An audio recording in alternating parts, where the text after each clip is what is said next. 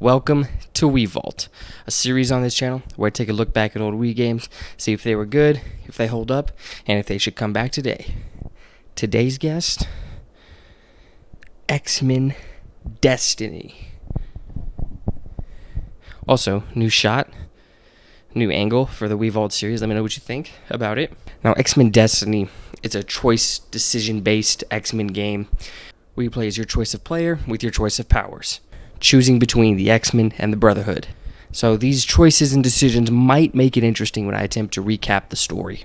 But this game was released to the Wii, the DS, the PlayStation 3, and the Xbox 360. And it was released on September 27th, 2011. So I would have been a month away from turning, about a month, not exactly, about a month from turning, why is this hard in my head? 9, so I'm 8 right now when this game came out. This was developed by Silicon Knights and published by Activision. And this would be the final game Silicon Knights made before filing for bankruptcy. And if I'm being honest, this game will probably tell you why. So let's get into it.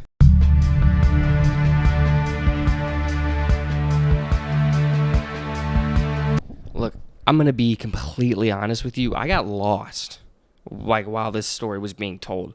So I'm going to do my best to piece it together, use some other, outside help to properly tell you the story of X-Men Destiny. So first, you must choose which character you want to play as. Amy, a Japanese girl who was smuggled to America alone, orchestrated by her father, who is also a mutant. And this, I believe, is her first day in San Francisco, which is where this game takes place. Or you could play as Adrian Luca, a son of an anti-mutant protest leader, conditioned to hate mutants his whole life. Or, finally, you could play as Grant Alexander, a UC Berkeley football player from Georgia. Now, I picked Amy, so I don't know much more about the other characters, but I can't imagine it affects the story that much, or the experience of it really at all. So the game starts with some exposition saying that Charles Xavier, or Professor X, went to go fight this, computer or mutant. It's kind of, was very murky on what this thing was. This enemy with Magneto called Bastion. And in this fight, Professor X was killed, leaving Cyclops in charge of the X-Men. Now, this game really starts off at a peace rally in honor of Charles Xavier. Here, we see pro-mutant protesters and anti-mutant protesters called Purifiers. We also meet Luis Reyes here, chief of the Mutant Response Division. And he preaches that he wants peace between the humans and mutants. But an attack, and I gotta be honest, this was the most confusing attack I was seeing. I was watching the cutscenes for it, and I was sitting there going, what is actually happening here? Maybe if I look back on them, I'll be like, oh, it's super obvious. But playing the game, I was already lost from the beginning. I'm like, what? I just see explosions, but we can't really see the cause of anything, and I'm just super confused. Again, I might have just been out of it when I was playing for the first time. Looking back, I might be able to pick up on it, but man, I was lost from the start. But I think it is said that the Purifiers did cause it. But this attack, regardless, triggers your character's powers. And again, this is another choice you get to have of choosing what power you want. You can have density control, energy projection, and shadow matter. Now, I picked shadow matter again, but again, I really don't think the decision here affects the gameplay at all. Maybe just slight play style, but I can't imagine that it would, just based on some more stuff that I'll get into, mainly during the gameplay section of this game. Spoiler, there's not much diversity in the playstyle already, so I don't imagine that the actual power you choose would affect it at all. And so the rest of this game is you piecing together what's going on in the city and interacting with different mutants, mainly different Brotherhood and X-Men mutants, and kind of deciding which one you're going to help in different moments. And all this really does is just affect who kind of likes you and who will help you later on. But I don't think it affects the ending of the game, because the ending of this game comes down to one decision that we'll get into that you make, and that determines your ending. Not a cumulative of all your actions, but just the very end. So, a little dicey there. But also, for what it's worth, I always did just pick the X-Men, because in this game, the Brotherhood are always just mean to you. I mean, they're dicks right off the bat to you. They're rude to you specifically. The game fails to really make it an interesting choice, like a complex decision with both sides having merit. It's just the X-Men being like, we gotta do the right thing, and the Brotherhood being like, fuck you, help me though. really failed to show any of the depth to either side, which was a huge letdown for me. They could have had the Brotherhood saying that, humans are mean to us, they deserve this, we need to look out for our own, and have the X-Men being like, we need to be better, we need to extend our hand out, we always need to be playing for peace so that we can put aside all this death and carnage that's been going on and move forward to a better future. It doesn't really do any of that. It's just one side saying, help me in a nice way, and the other side saying, help me in a rude way. I always just picked the side that said, help me in a nice way. That's all it came down to. Really, really disappointed in that. I thought that, could have been more interesting. But you go through the game fighting Purifiers. You fight the boss of the Purifiers, Hodge, in his mech suit. We see Magneto drop the Golden State Bridge and make accusations that this attack was caused by Luis Reyes, this hopeful optimist that we saw earlier in the game. But no one's really believing Magneto. Some people think Magneto did cause this attack. You then work with Gambit to raid a Purifier warehouse, and then Gambit tells you where this secret mutant prison is, and it's just underground, and I don't know how the Purifiers were able to build that without anybody noticing. I guess that they had help from somebody that made it so it wasn't known about, but I have a hard time believing even that. But anyways, they're at this prison. You free a couple mutants. And you fight another boss who's just this guard who injects himself with mutant DNA. And then we find out that Bastion uploaded itself into a satellite and has Luis Reyes working for him. So Magneto was right. This whole thing was orchestrated by Reyes. We then see some mutants and a helicopter get shot down, and Pixie straight up dies in this game, which I didn't see coming. What the fuck? It wasn't my eye beam, it was some kind of laser. That was a nice twist, and I was like, whoa, shit, this is getting real. That's probably the only real positive I can say of something that happened during the story here. Magneto says Cyclops shot it down, and then the player, you have to fight Magneto, regardless of any previous decisions, so that's another problem. If you've been picking Brotherhood, it would make sense to believe Magneto and maybe fight Cyclops, but according to the wiki, it doesn't matter. You fight Magneto no matter what. But after defeating Magneto, this is where you decide either to choose the Brotherhood or the X-Men. Again, none of your decisions up to this point matter. This is the decision that determines the whole outcome of the game. But I did choose the X-Men. Like I said, it's the only side that ever made sense actually during this game. But then you get a new suit, and you start to go after Reyes. You track him down, and apparently Bastion uploaded himself into Reyes somehow, and he's now wearing Hodge's armor. It's now purple, and you fight. And then obviously you beat him. And after you beat him, that's how the game ends. And it ends in two ways. One way, the way I got the X-Men ending, where the X-Men watch over the ruins of San Francisco and pledge to work towards cohabitation between humans and mutants. Typical kind of ending we see in a lot of X-Men stories. Or you get the Brotherhood ending, where you, Magneto, and the rest of the Brotherhood plan to turn this destroyed San Francisco into a mutant-only nation. Boom, that's the end of the game. If I seem out of energy right now, it's because I am. I really did not enjoy this game. I'll get more into it in the gameplay section of what really irritated me, but the story is an irritation on its own. I think this was a complete waste of a decision-based X-Men game. The X-Men and Brotherhood, in my mind, and I think in a lot of people's mind, they're supposed to mirror an MLK, Malcolm X, I don't know if dichotomy is the right word, but two paths of decisions, both having merits to them, both being based on previous transgressions. And this game just doesn't do anything of interesting that normal two-sidedness. Really, really disappointed with that. The decisions don't seem to actually affect anything besides the ending cutscene, which is kind of boring already. And the story of this game is pretty unclear at times, and I was really left confused.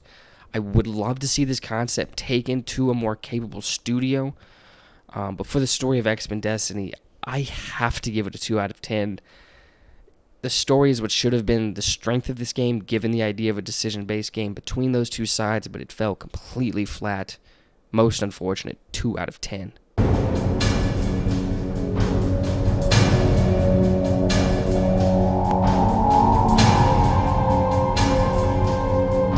So the cutscenes in this game are meant to look like a comic book, and that sense of style does help, even if they don't overly wow you. That commitment to a specific style is something I usually do like, and it still did look good for the most part, but just a little, underwhelming at times, but overall a positive. But then the in-game graphics did not look good at all. A lot of the environment looked very bland and repetitive, sometimes smooth in a really negative sense. And to make it worse, not even the Wii U could run this game that was meant for the Wii. And the Wii U is actually what I play and record all these games with. But even the Wii U couldn't handle this game, which is weird because this game came out on the Wii. The upgraded system couldn't handle it, and I get that the Wii U fell flat for a lot of people, but it's still powered better than the Wii, and it couldn't handle it. Like, I repeatedly had frame rate issues, and like, if a game can't properly run on a system, don't put it on the system. When I think of, a different game that's on one more powerful system going on a weaker system, I imagine they scale everything down, but it runs at a smooth frame rate. In this game, they probably scaled everything down, and it ran at a poor frame rate. Shouldn't have gone on the system at all if that was the case. Now, the actual mutants in this game do look just like their comic counterparts, so that was executed fairly well. I mean, Wolverine, Cyclops, Magneto, they all look exactly like you would think they would. And this music in this game never really added, but also never took away from anything from the game. So overall, I would say that's like a neutral. I think the cutscenes are overall positive. The in-game graphics are an extreme negative. The way the characters look, overall a positive. The music, probably a neutral. I probably weight in-game graphics over everything else. But the original designs in this game were not that good. I mean, one enemy, that guard boss, I forgot his name, is just a blob. And then they reused the same suit with just a different color for two of the biggest boss fights in the game, which is an extreme disappointment. I think I'm going to have to give the arts of this game a 4 out of 10, and honestly, I do feel a little bit generous with that. But we move on.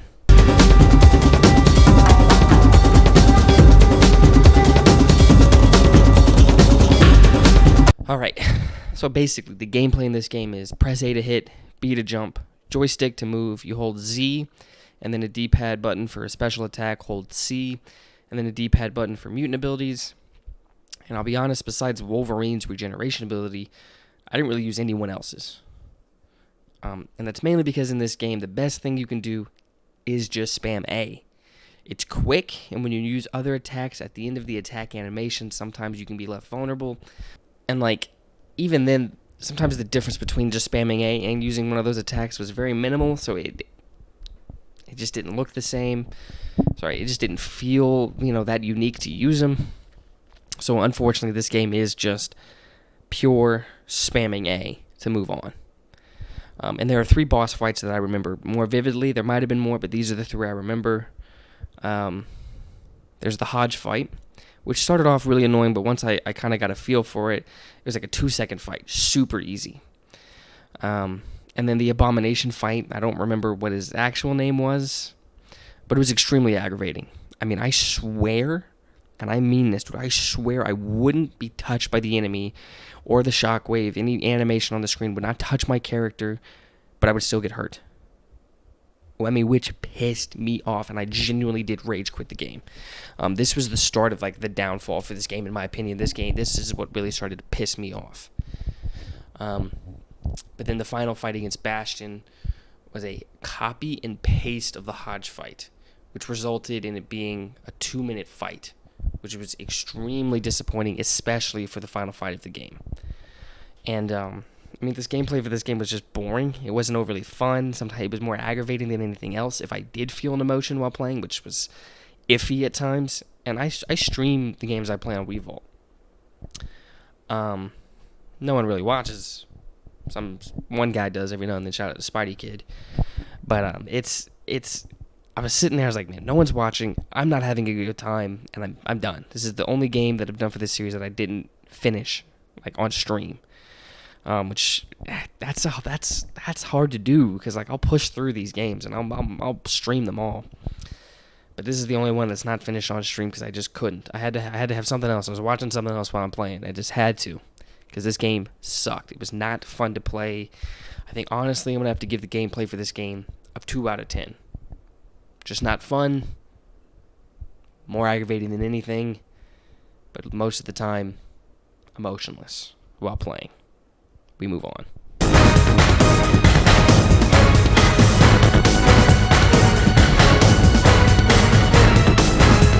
Quick rundown of the cast of this game. Always love doing that. Amy Yoshida, which is the character I played as, was voiced by Jamie Chung. Also Gogo in Big Hero 6. The other playable character, Grant Alexander, was, I'm going to try my best here, Milo Ventimiglia. Also, Peter Petrelli in Heroes. Heroes, very famous for starting off extremely good, and I did love it when it started. I didn't watch it when it came out, but I watched it afterwards. Really good when it started, and does have one of the steepest drops off of any TV show ever. I think it still ran for like 6 seasons, but by season 1 was amazing. Season 2 I think was probably still good, and then like 3 on, you're like, what the fuck is going on? Anyways, the other playable character, the final one, Adrian Luca, was voiced by Scott Porter, who was also Rex Racer in Speed Racer. Cyclops in this game was Nolan North, who is also Superboy in Young Justice, which is one of my top 3 favorite shows of all time. Young Justice helped mold me into the nerd I am today. Love it. Magneto is Bill Graves. He's also credited for some voices in Red Dead Redemption 2. Iceman is Jason Marsden. Max Goof in the Goofy movie. Wolverine. Who else, man? I cannot make a video on this channel. I cannot make a video on this series, I should say, WeVault, without bringing this voice actor's name up. Steve Bloom. The go-to Wolverine voice is also Baraka in the new Mortal Kombat game. Gambit is Phil Lamar, one of the most prolific voice actors of all time. The one role I'll highlight here is the voice of Samurai Jack. I've said this before. I'll say it again. WeVault, for the cast, I only do one credit. I only do one additional one. If they were in a previous video, I try to use a different role. So if you ever see a voice actor who you're like, hey, that's not their most iconic role by far, it's like I probably already mentioned them, if that's the case. Hence Nolan North not being mentioned as Nathan Drake. But then Emma Frost is Carrie Wilgren. She's also Rick's computer in Rick and Morty. Mystique is Summerlee Montano, also Yuna in Ghost of Tsushima. Nightcrawler, here we go. This is the interesting one. Yuri Lowenthal. I fucking can't fuck up his name. Yuri Lowenthal. Spider-Man in the PlayStation Spider-Man games. And apparently before he was the voice of Spider-Man, because this isn't the first time I've seen this, he was the voice of Nightcrawler. Very interesting. Juggernaut is Fred Tatasciore, another guy who's in pretty much all, except for maybe one of these WeVault videos. I'm not including We Play with no voice actors. But Fred Tatasciore very recently played Lord Zed in Power Rangers Cosmic Fury. If you can't tell, huge Power Ranger fan, so that one stuck out to me. I don't know how I didn't recognize it, because I've heard his voice a lot during the series. Didn't recognize it when he was Zed. I liked his Zed, his voice. It fit what they wanted Zed to be, not how I want Zed to be, but that's a different topic. Bastion was Keith brother. What? Hold on. I mean no disrespect. This is just tough for me. Keith Sarbajka. He's also a flame slinger in Skylanders. Another game that I might dabble in on this series. Maybe this channel. We'll see. I have a lot of the Skylander stuff. At least the different games. Maybe not all the sets of them, but we might take a look at those. Hodge was also Keith Ferguson or Blue in Foster's Home of Imaginary Friends. Loved that show growing up. Huge thing to see here for me. Quicksilver is Sunil Maihorta. I totally said that wrong. No, again, no offense. Or Kung Lao in Mortal Kombat 1. Colossus, Andre Sogalizo. Also Sideswipe in Transformers Revenge of the Fallen. And then Toad, Alexander Polinsky. Also Adam Powell in Charles is in Charge.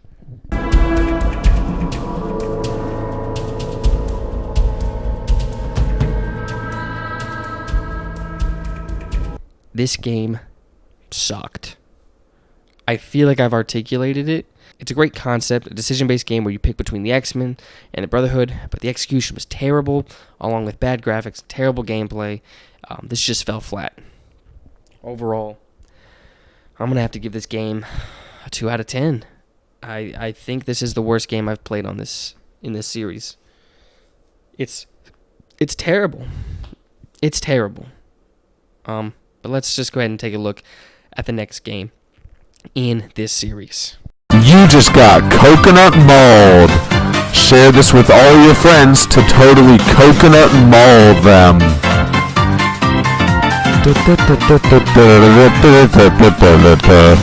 But what did you think about this video? What did you agree with most? What did you disagree with most? What game would you like to see me do in this series next? Please like this video. I've got a lot of other stuff coming, so subscribe to see it all. And as always, keep gaming.